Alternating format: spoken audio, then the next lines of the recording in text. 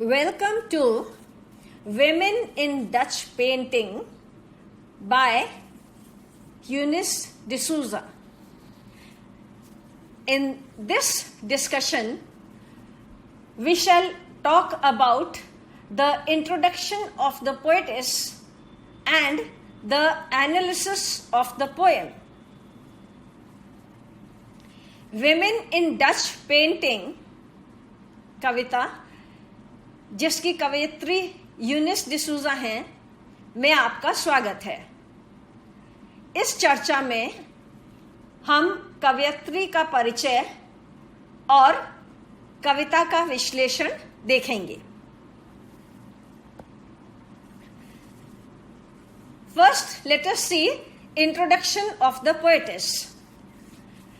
Eunice D'Souza was born on August 1st, 1940. She died on July 29, 2017. It is known that Eunice D'Souza was born on the 1st of August in 1940.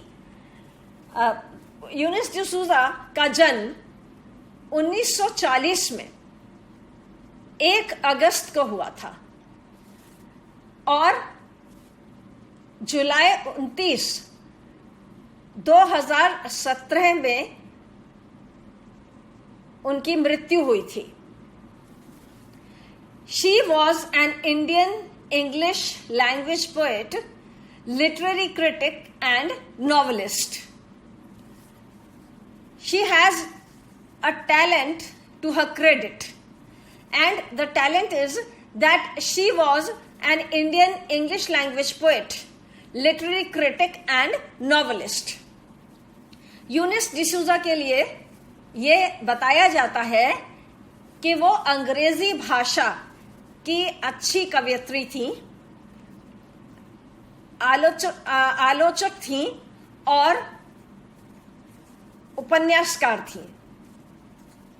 Among her notable books of poetry are Women in Dutch Painting, 1988, Ways of Belonging, 1990, 9 Indian Women Poets, 1997, These My Words, 2012, and Learn from the Almond Leaf, 2016. She published 2 novels, Danger Lok in 2001 and Dev and Simran in 2003. Among the books that she has published, which comprise of poetry and compilation of poetry and novels, are the main noteworthy ones are Dutch Painting, Ways of Belonging, 9 Indian Women Poets, These My Words, and Learn from the Almond Leaf. And her novels are Danger Lok and Dev and Simran. यहाँ पर हम ये देखते हैं कि यूनिस डिसूजा ने कुछ काव्य संकलन लिखे थे और कुछ उपन्यास लिखे थे, जिनमें मुख्य थे विमेन इन डच पेंटिंग 1988 में लिखी गई, वेज ऑफ बिलोंगिंग 1990 की, 9 इंडियन विमेन पोएट्स 1997 में, दीज माई वर्ड्स 2012 में and learn from the almond leaf 2016 में। और इनके 2 उपन्यास प्रकाशित हुए थे, जो थे डेंजर लोक 2001 में और देव एंड सिमरन 2003 में, 2003 में। She was also the editor of a number of anthologies on poetry, folk tales and literary criticism. She used to write literary criticism on the writings of other writers, and then she would compile anthologies on poetry and folk tales. So this was a sort of creative urge that she used to satisfy by working on the works of others and bringing out the most important ones or the most noteworthy ones. Younis D'Souza क्योंकि लेखन में रुचि रखती थी और उनके अंदर सृजनशीलता थी, इसलिए वो अपना तो लिखती ही थी, लेकिन अन्य लेखकों के कार्य पर समीक्षा करना, उनकी आलोचना करना, उनका विवेचन करना, उनके ऊपर विवरण लिखना या उनका संकलन करना, ये सारी के सारे काम इन्हें बहुत सुहाते थे और ये बहुत मन से करती थी, जिनमें कविताएं भी थीं और लोक कथाएं भी थीं और अन्य लेखन कार्य भी और बाकी के लेखकों द्वारा किए हुए थे. She has also edited books and written reviews and taken interviews. And she has also edited books, reviews and taken interviews. इन्होंने कई आलोचनाएं भी लिखी हैं, कई समीक्षाएं भी लिखी हैं और कई साक्षात्कार भी किए हैं. She was a versatile genius. ये बहुमुखी प्रतिभा की धनी थी. So this is what we know about Eunice D'Souza. यहाँ पर यूनिस डिसूजा के बारे में हमें इतना कुछ मालूम है. Younis looks at a painting by Vermeer. Vermeer was a Dutch Baroque period painter who specialized in domestic interior scenes of middle class life. Now let us see the analysis of the poem. अब हम जो कविता इन्होंने लिखी है women in Dutch painting, इसकी analysis देखते हैं. Eunice looks at a painting by Vermeer. यहाँ पर हम देखते हैं कि वेरमीर की बनाई हुई एक पेंटिंग है जिसको यूनिस ने देखा. Johannes Vermeer was a Dutch Baroque period painter who specialized in domestic interior scenes of middle class life. Now this painter Vermeer, he was a Dutch painter and he wrote about the inner life or the interior life or the domestic interior scene of middle class life.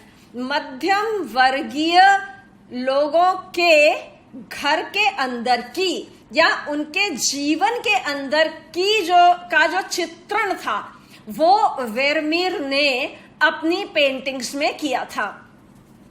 In women in Dutch painting, Eunice compares the women in Vermeer's paintings to those whom she knows in real life. Here comes the creative point of the poetess, that when she saw the painting by Vermeer, she could connect those paintings with some of the women that she had seen in real life.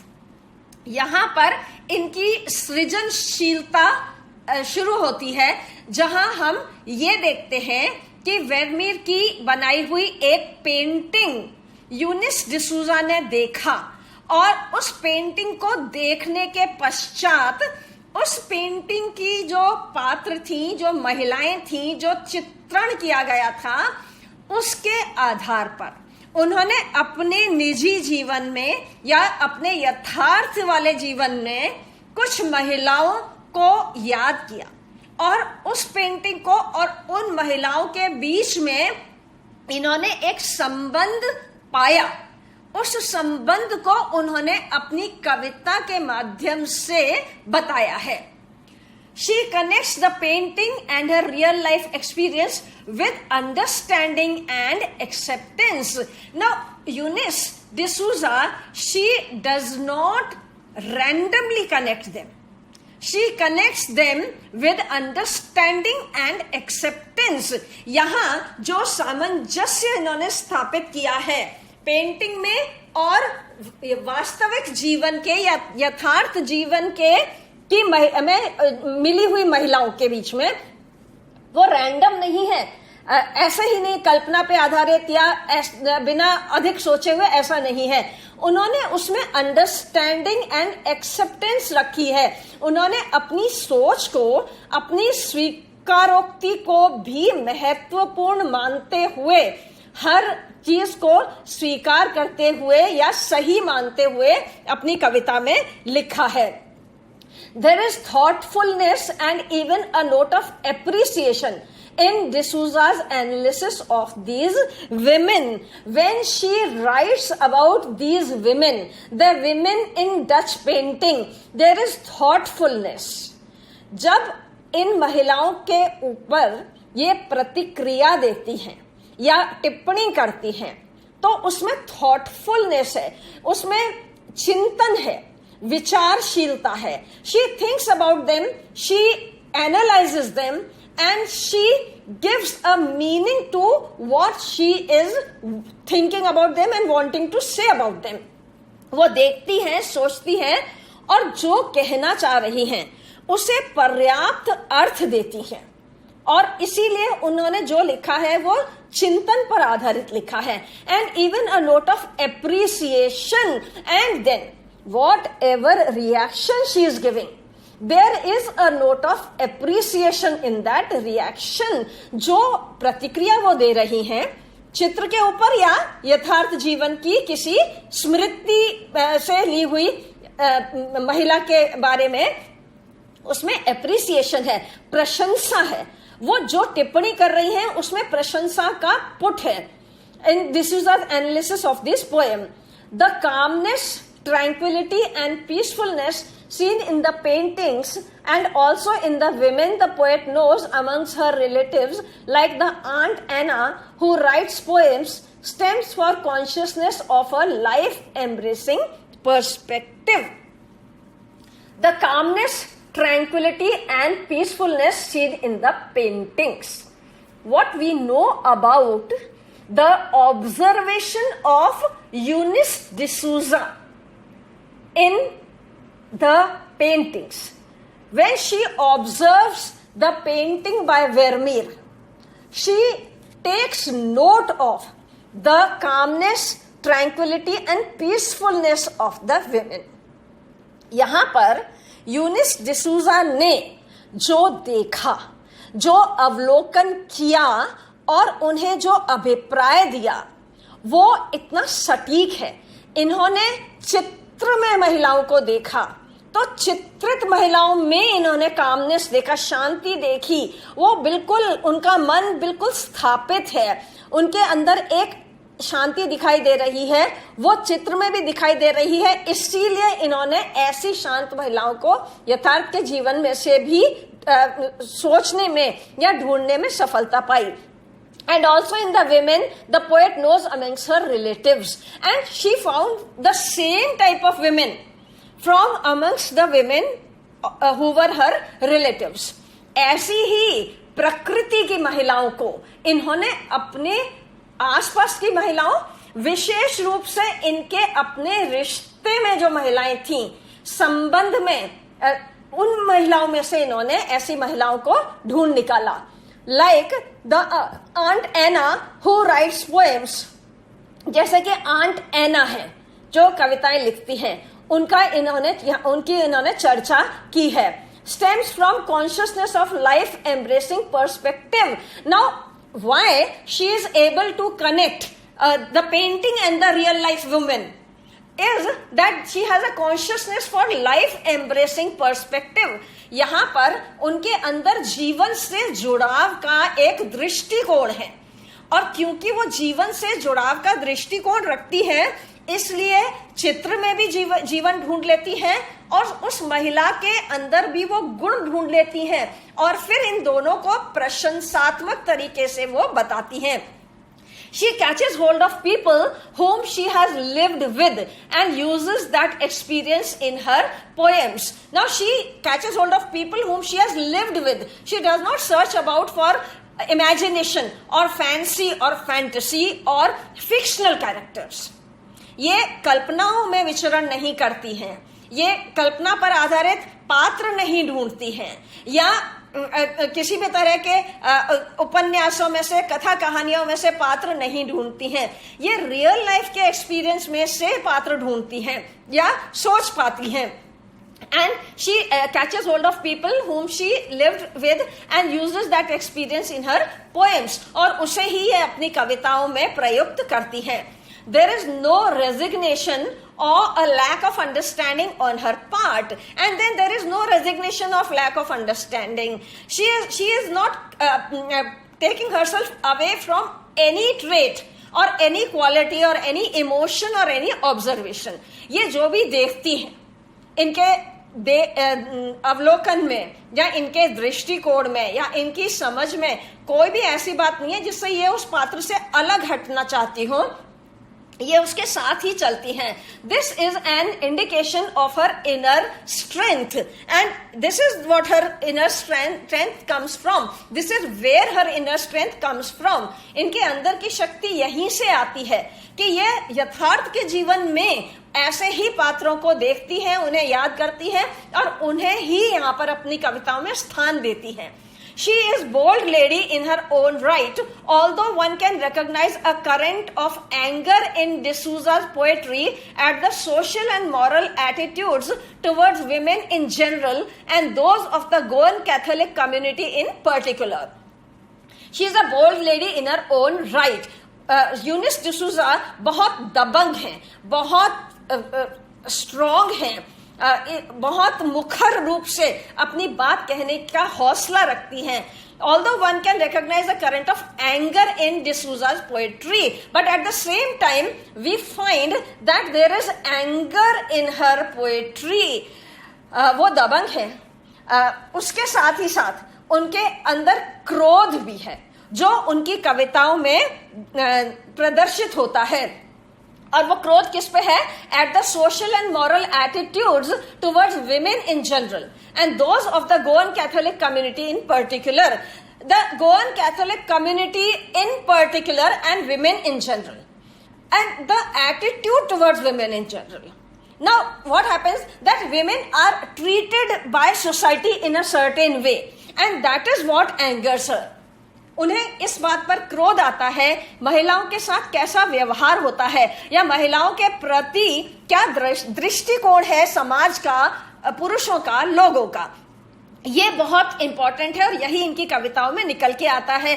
तो in general तो उनके अंदर ये बात है, सामान्य रूप से तो उनके अंदर ये क्रोध है. But the Goan Catholic community in particular and in particular she has anger towards the Goan Catholic community to which she belonged. ये गोअन कैथोलिक कम्युनिटी की खुद सदस्य थी या ये उसको बिलोंग करती थी, इसलिए इनको अपनी गोअन कैथोलिक कम्युनिटी पर भी गुस्सा आता है. There is also compassion and sympathy for their victimization caused by their passivity or inactivity. Now she feels that these women, they are passive and inactive, and for this she has compassion and sympathy for them because they are victims. What she feels is that these women are passive or inactive because they are a victim of either the social order or the gender issues of society or the social structure. यहाँ पर यूनिस डिसूजा को ये लगता है कि ये जो महिलाएं हैं ये प्रतिक्रियाहीन महिलाएं हैं, किसी भी चीज पर ये अपनी कोई भी विरोध दर्ज नहीं कर रही हैं, प्रतिक्रिया नहीं दे रही हैं. इस चीज के लिए इनके प्रति इनको बहुत पीड़ा है और उसी के लिए सद्भावना है. लेकिन वो क्यों है? क्योंकि इनको ये महसूस होता है कि ये विक्टिम है, ये शिकार है इस सामाजिक व्यवस्था की. कंफर्मिटी और acceptance of traditional norms and then the conformity and acceptance of traditional norms and the second thing which gives rise to compassion is the traditional norms. ये जो ट्रेडिशनल नॉर्म्स होते हैं, समाज की व्यवस्थाएं होती हैं, हमारे रीतियां होती हैं, हमारे अपने संस्कार होते हैं, इन सब के कारण भी ऐसा होता है. ऐसा यूनिस डिसूजा अपने कविता में बता रही हैं. इल्यूजन्स और misconceptions and acceptance of feminine standard set by society hostile to them. And illusions और misconceptions, and there are so many illusions इतनी भ्रांतियां हैं समाज में, इतने मिसकंसेप्शंस हैं, इतने मिथ्या विचार हैं, and acceptance of feminine standards and the feminine standards of society are also very difficult to be accepted by men, by society and by women themselves. और जो स्त्री से संबंधित मापदंड हैं वो स्वीकार करने में बहुत परेशानी होती है, पुरुष को भी होती है, समाज को भी होती है, स्वयं स्त्री को भी होती है, and the society hostile to them, and that is why society is hostile to them, because all these things included make society hostile to them.